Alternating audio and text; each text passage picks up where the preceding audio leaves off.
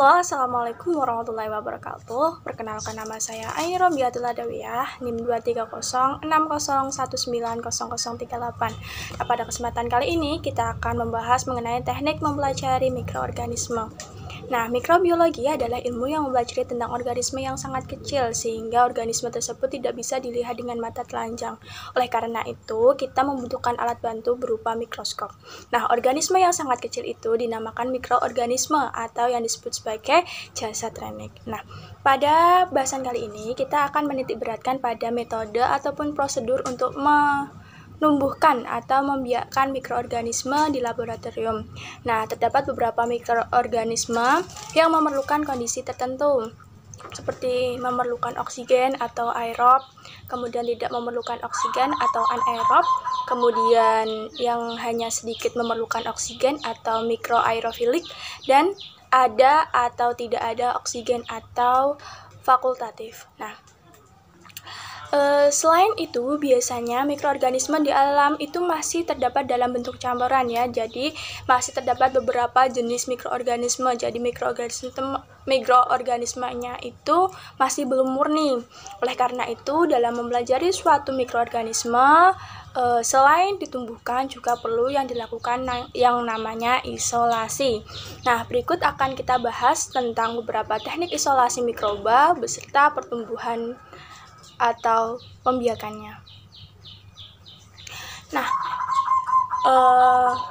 ratusan spesies mikroba itu dapat menghuni tubuh kita ya, seperti mulut, saluran pencernaan, kulit, dan lain sebagainya. Nah, bayangkan ketika kita bersin itu beribu-ribu mikroorganisme bisa tersebar. Ya, dalam 1 gram kotoran manusia ataupun hewan itu bisa menyebarkan berjuta-juta bakteri. Nah, selain itu, udara, air, tanah juga mengandung yang namanya mikroorganisme.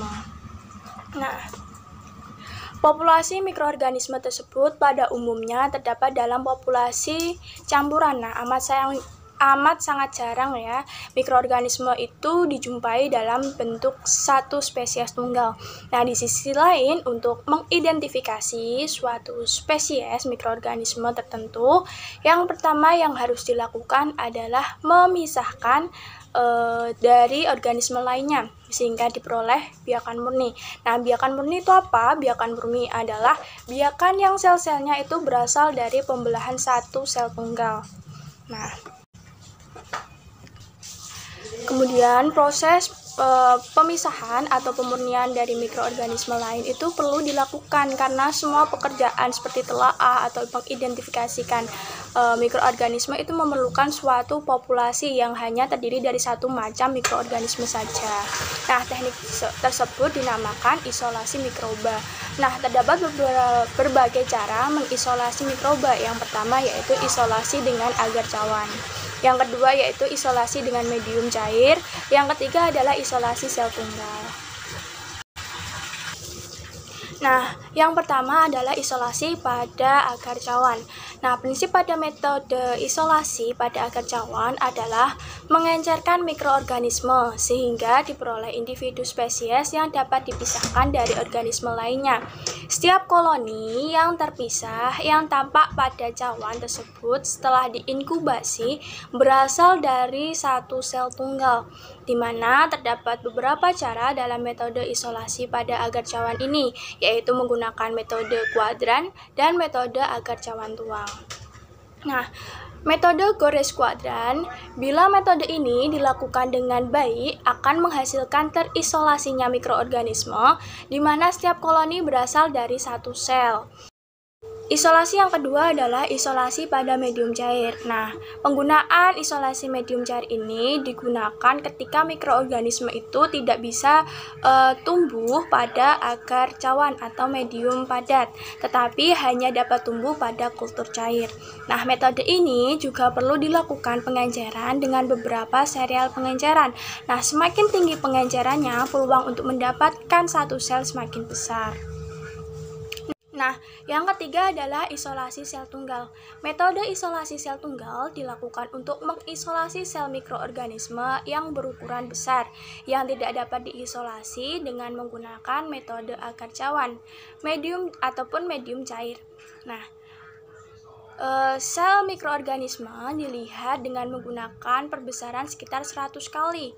Kemudian sel tersebut dipisahkan dengan menggunakan pipet kapiler yang sangat halus ataupun mikromanipulator yang dilakukan secara aseptis. Nah, setelah diperoleh biakan murni atau koloni yang berasal dari satu sel tunggal, mikroorganisme tersebut siap dilakukan telaah dan identifikasi, kemudian ditumbuhkan sesuai dengan tujuan. Nah, pertumbuhan pada mikroorganisme diartikan sebagai penambahan jumlah atau total massa sel yang melebihi inokulum asalnya. Telah dijelaskan sebelumnya ya, pada bahasan sebelumnya, bahwa sistem reproduksi bakteri adalah dengan cara pembelahan binder melintang, di mana satu sel itu membelah menjadi dua sel anakan yang identik dan juga terpisah. Nah, selang waktu yang dibutuhkan bagi sel untuk membelah diri menjadi 2 kali lipat disebut sebagai waktu generasi. Nah, waktu generasi pada setiap bakteri itu tidak sama. Ada yang memerlukan waktu 20 menit, ada yang memerlukan sampai berjam-jam, bahkan 1 hari. Bahkan berhari-hari. Nah, bila bakteri yang diinokulasikan ke dalam medium baru, pembiakan tidak segera terjadi. Tetapi ada periode penyesuaian pada lingkungan yang dikenal dengan pertumbuhan. Kemudian akan memperbanyak diri atau replikasi dengan laju yang konstan sehingga akan diperoleh kurva pertumbuhan. Nah, pada kurva pertumbuhan dikenal beberapa fase pertumbuhan, yaitu yang pertama ada fase lamban atau lag fase atau fase adaptasi. Yang kedua adalah fase cepat atau fase log atau eksponensial. Yang ketiga adalah fase statis. Yang keempat adalah fase kematian. Nah, yang pertama adalah fase lamban. Fase lamban merupakan periode awal atau merupakan fase penyesuaian diri atau adaptasi, sehingga tidak ada pertambahan jumlah sel, bahkan kadang-kadang jumlah selnya menurun. Nah, yang kedua adalah fase cepat. Fase cepat merupakan periode pembiakan yang cepat.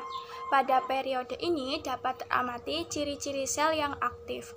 Nah, waktu generasi pada setiap bakteri dapat ditentukan pada fase cepat ini. Pada fase tersebut dapat dilihat beberapa sel mulai membelah, yang lainnya setengah membelah, dan yang lainnya selesai membelah. Nah, yang ketiga adalah fase statis. Nah, pada fase statis, pembiakan mulai berkurang dan beberapa sel mati. Nah, apabila laju pembiakan sama dengan laju kematian, maka secara keseluruhan jumlah sel tetap konstan. Hal ini dapat disebabkan karena berkurangnya nutrien ataupun terbentuknya produk metabolisme yang cenderung menumpuk, mungkin menjadi racun bagi bakteri yang bersangkutan. Nah, yang terakhir adalah fase kematian. Fase kematian merupakan fase di mana proses pembiakan telah terhenti, ya. Sel-selnya sudah mati, yang kemudian akan diikuti dengan proses lisis. Apabila laju kematian melampaui laju pembiakan, maka jumlah sel sebenarnya menurun. Itu saja yang dapat saya sampaikan pada kesempatan kali ini. Semoga bermanfaat. Wabillahi taufiq walhidayah. Wassalamualaikum warahmatullahi wabarakatuh.